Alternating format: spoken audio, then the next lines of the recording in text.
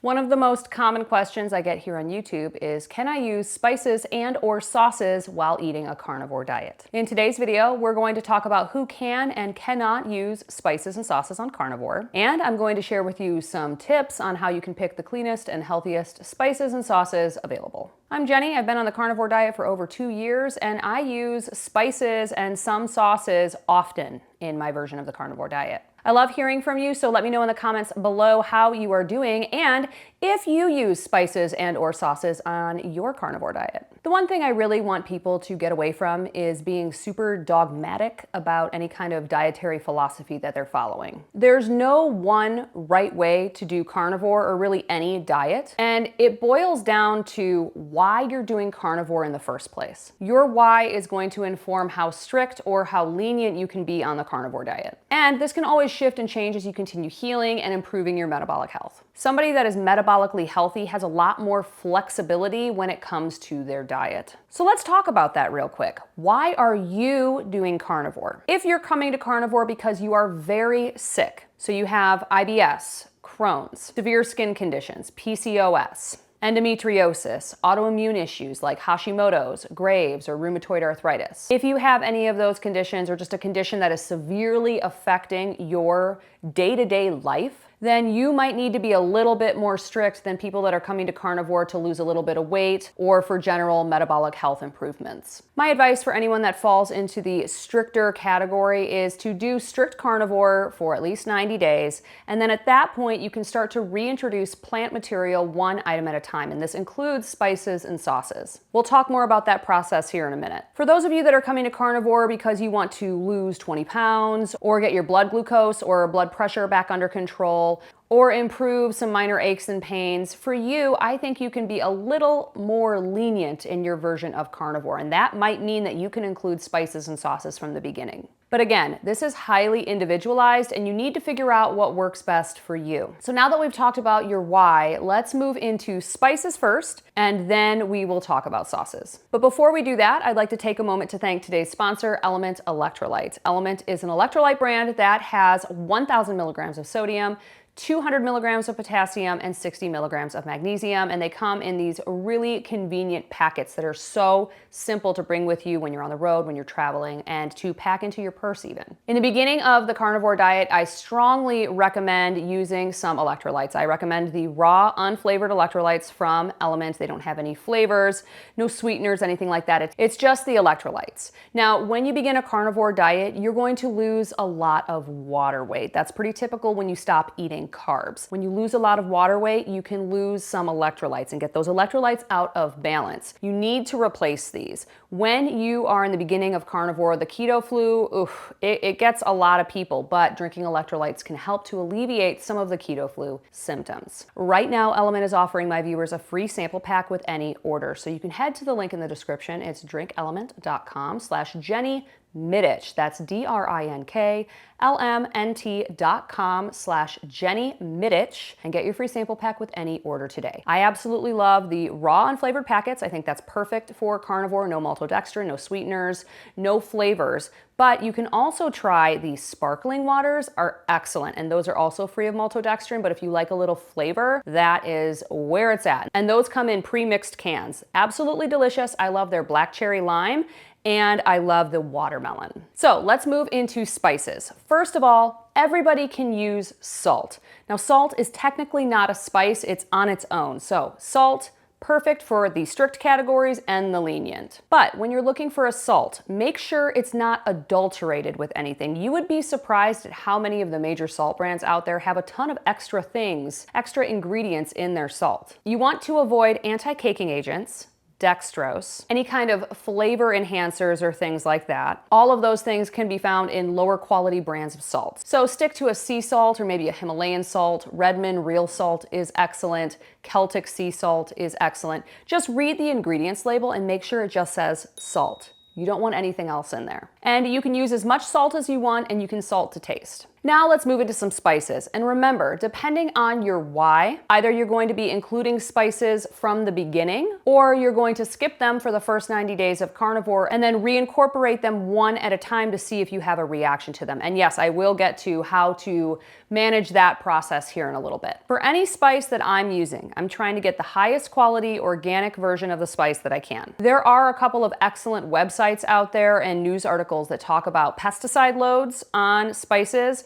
and heavy metals, because these are things that we need to be concerned about. So I've linked a couple of articles in the description where you can get specific brand names of spices that are excellent and spices that you can avoid, and then you can kind of gauge it from there. So let's talk about some specific spices, starting with pepper. Now, pepper is interesting. Black pepper has a really high oxalate load. So when I'm using pepper in a recipe, I'm always using white pepper, which does not have as high of oxalates. Oxalates are just plant toxins. They're little crystals. Basically, they're like a defense mechanism for a plant. And they're not in every plant, but they are in a lot. So try to avoid the black pepper when you can. White pepper is a better choice. The next spices that I use most often on my carnivore diet are garlic powder, onion powder, and smoked paprika. I'll also throw in some Italian herb blends or cayenne pepper or something like that every once in a while. I've also come up with my own spice mixes. So I have a poultry and pork blend, a barbecue rub, a taco blend, and a Cajun spice blend. All of these recipes are in my new book, Complete Carnivore. It's a complete in-depth guide to the carnivore diet is the first half of the book. Second half of the book, 80 carnivore recipes, and these spice blends are included. This book is now available for pre-order, so if you've ever considered supporting me in any way, pre-ordering this book is the best way you can do so. I'll put links in the description. So experiment with different spices and see what works best for you. Some people do very well on carnivore with no spices whatsoever. Some people don't even use salt. And then there's other people that couldn't imagine eating meat without salt and spices on it. So if you're trying to make this lifestyle work for you long term, you really need to figure out what works best for you. There are some spices to avoid that I want to touch on quickly. Like I said, always read the ingredients label and avoid anything with, anti-caking agents, dextrose, added sugar, any flavor enhancers, things like that. If you're looking at the spice packets that you do for like taco blends, those are notorious for having a ton of extra stuff in them. You really want it to be as close to single ingredient as possible. I mean, unless you're doing like an Italian herb mix, then you're gonna have, whatever comes in that, rosemary, basil, thyme, whatever. But you wanna keep all of those added ingredients, the extra stuff that really shouldn't be there, keep that out of your spices. And of course, be sure to check out those websites that I linked in the description below. Those are going to give you a lot of really good information about which spices, which brands have high pesticide loads and or high heavy metal loads. So if you're in category 1 and you have to be really strict with your carnivore diet, I strongly recommend not including spices the first 90 days on carnivore. But say you've gotten to the 90-day mark, you're feeling a lot better, and you're ready to start reincorporating some plant material, and you'd like to start with spices. Let's talk about how you can do this. Keeping everything else the same with your diet, I want you to start incorporating one spice for 3 days. So let's say we're gonna start with garlic powder. I would say sprinkle some garlic powder on a couple of your meat meals per day and see how you feel. Symptoms can take a few days to pop up, so that's why I want you to concentrate on one spice for 3 days in a row, because you might use it the first day and feel fine, but then day 2, same, might feel fine, but day 3, you're like, I'm gonna die. So you really need to give your body some time for these symptoms to pop up. The symptoms that you can pay attention to that will tell you if you're not tolerating a spice very well are as follows: bloating, gas, intestinal distress, joint pain, really any kind of random pain that wasn't there before, any kind of general malaise, and also mental health symptoms, anxiety, depression, things that pop up that weren't there before. If you experience any of these symptoms and you've kept everything else the same, just added in this example, garlic powder, then you're gonna know that at this point in time, you're not ready to include that in your diet. Now, this doesn't mean that you won't be able to tolerate it forever. Perhaps you still have some inflammation or insulin resistance or leaky gut issues that your body is just kind of like, I can't handle that right now. In that case, I would just cut the garlic powder back out and then maybe retest this in 3 to 6 months. But if you don't have any symptoms from the garlic powder, like we did in this example, then move on to the next spice. But don't include garlic powder in that too. Just leave that one off for the time being, and then maybe move on to onion powder. Test that for 3 days, moving through all the spices that you would like to include in your version of carnivore. In that way, you're going to figure out what works best for your particular biology and for your lived experience, your medical condition. This is very, very, very unique to you. You can use this same technique if you ever get to the point where you'd like to start reincorporating like full plant material, like fruits and vegetables and things like that.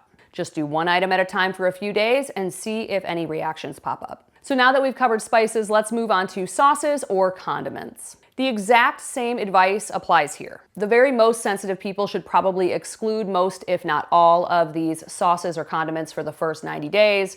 And the people that can be a little bit more lenient in their version of carnivore could probably start including these from the beginning. I would consider mustard, any kind of vinegar, or Worcestershire sauce to be okay for most people following a carnivore diet. Mustard and vinegar have no carbs, and Worcestershire only has a tiny little bit of sugar in it. And for the most part, when you're using a Worcestershire sauce, you're only using a few drips of it anyway, so it's not really that big of a deal. Moving on from there, there are some really excellent sugar-free barbecue sauces out there. This G. Hughes barbecue sauce is amazing. I like the hickory flavored, and then this sweet heat is really, really good with chicken wings. We use this with our brisket or our ribs. This stuff has 5 calories per 2 tablespoon serving, 1 gram of carbs, and the hickory has 10 calories per 2 tablespoon serving with 2 grams of carbs.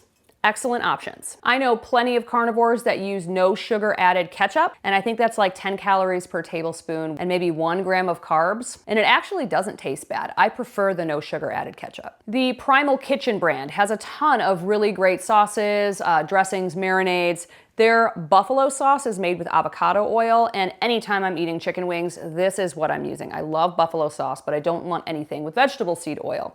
So this is what I'm using. I'll put links to all of these different brands in the description below, including some of my favorite mustards that I like to use. There's a horseradish mustard that's just like, phenomenal. And I think that these condiments and sauces are realistic if you are doing carnivore for the long term. So here are some things to look for if you want to include some sauces or condiments on a carnivore diet. First of all, you're always going to read the ingredients label. Avoid anything with canola, soybean oil, or any other kind of vegetable seed oil. Avocado oil is a fruit oil. It is not included in that. Avocado oil is completely fine. I try to avoid anything that has corn syrup or added sugar in it. And I also like to have a short list of ingredients. And on that ingredients list, I only want it to be items that I can pronounce and that I know what they are. I also don't think you should be drowning your meat in sauces. Yes, the sugar-free, barbecue sauce only has 2 grams of carbs per 2 tablespoons serving. But if you're using 10 tablespoons of this, that's 10 grams of carbs. So just be aware of that. And if you're using any kind of sauce that has a sugar substitute in it, there is a sugar substitute in this, and it kind of like reactivates that sugar craving in you,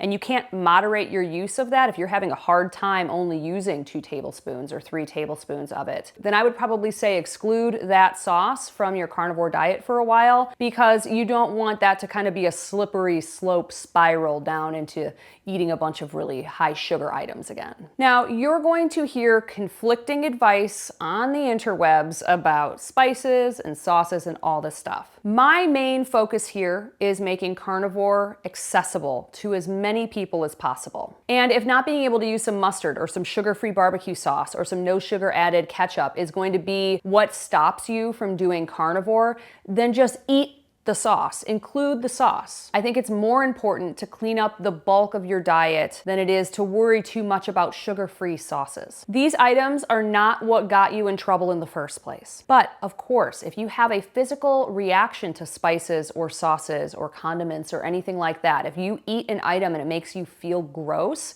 definitely don't eat it. As you continue on this health journey, you're going to become acutely aware of how your body communicates with you. Our bodies don't communicate through words. They communicate through symptoms. It communicates with pain, emotions, gastrointestinal distress, things like that. So becoming more aware of how your body speaks to you is part of this process. And you'll know if you include a garlic powder and you haven't had it in 90 days, if you start feeling like crap, you're gonna know it's the garlic powder. And then of course, don't include it. Now, I've been on carnivore for over 2 years. triggers, and I know pretty quickly if a particular food is not agreeing with me. You will get there too, and then it's up to you to decide if you want to include that food item in your diet. Do I want to eat this even though I know it's hurting me? And you're an adult. You get to make that decision for yourself. But at least now you'll know what is giving you issues. Like I said, my book, Complete Carnivore, is now available for pre-order. I love creating all of these free resources for you to consume so that you can improve your metabolic health. But if you would like to support me in any way, pre-ordering this book is the way to do so. I'll put links in the description. Let me know what kind of spices, what brands of salt, and what kind of condiments you use in the comment section below. And with that, I'll see you in the next video.